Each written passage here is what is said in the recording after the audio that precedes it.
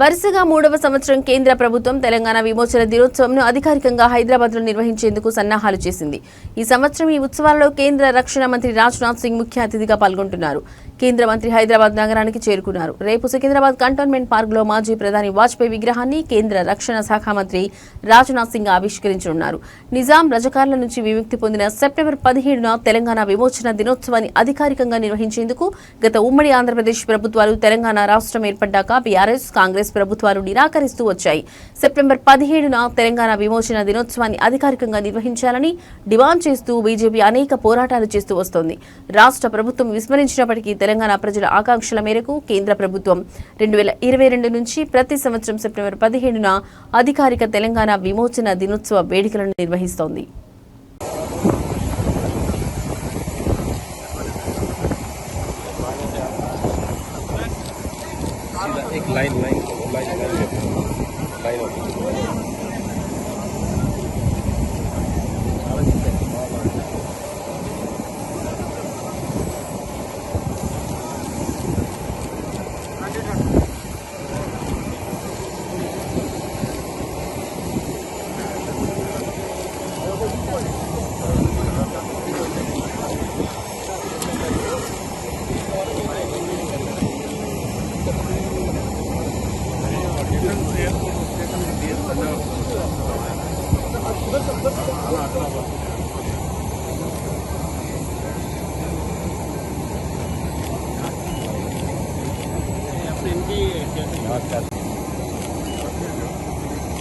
Present Merit Parliament constitution, there is an ODF factory. We have given 1,119 crores for the ODF.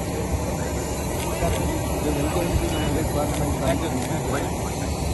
It was Indiraji got elected from that Parliament constitution.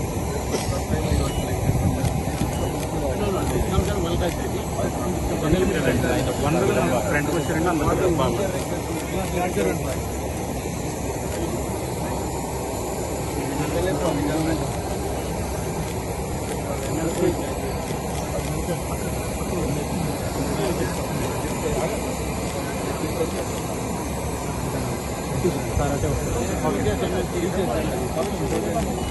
Stop.